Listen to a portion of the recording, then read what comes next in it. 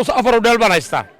afartaa hodheel waxaan iibinayo habeen kasta minus waxaan sameeyaa milyan ama min 800 ilaahay baa igu ogay marka mid baan ka soo baxay 2 milyan iyo 200 baa khasaare noqday waa sixir bararka magaalada jira qof wax ku kordhiyo islaam maanta waa dadka ay hareero toban haddaan ku shilin ku kordhiyo in iibsan kariya ma jiro bariiskii aan $5 ku bilaabay 8 muu maraya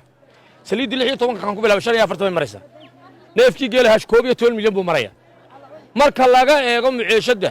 dawladda la weydiinaya inay ku mashquusho maaha xisbi iyo siyaasad iyo barnaamij maaha waa inay noloshii bilowda ilaahay wixii saarey la weydiinay ku mashquusho waxaan leeyahay wasiirka arrimaha gudaha iyo wasiirka ganacsiga iyo madaxweynaha iyo xukuumadda waa inay hoos u eegtaa dadkeeda danyarta inanta ariga iibinaysa 800 ku maraya qaar baa milyan iyo 200 saakala siin dul taagna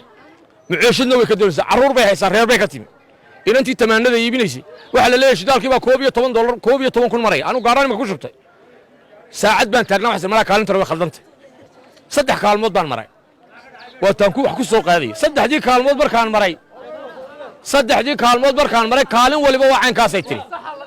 saddexdii kaalmood kaalin waliba waxay ku tiri halka litir waa 12 kun saddexdii kaalmood kaalin waliba waa 12 kun bay tiri waan ku shuban kale waa 3 litir baan ku shubtay 3 litir baan doo xagtiisa ku taaganay ina yar baa ku shaqaysanayo halkan ay taagayno baaburta ku shaqaysanaya qofkii waxay ku qaadaan ma hayaan nolosha bilow aadanka maanta madaxweynaha la weydiinaya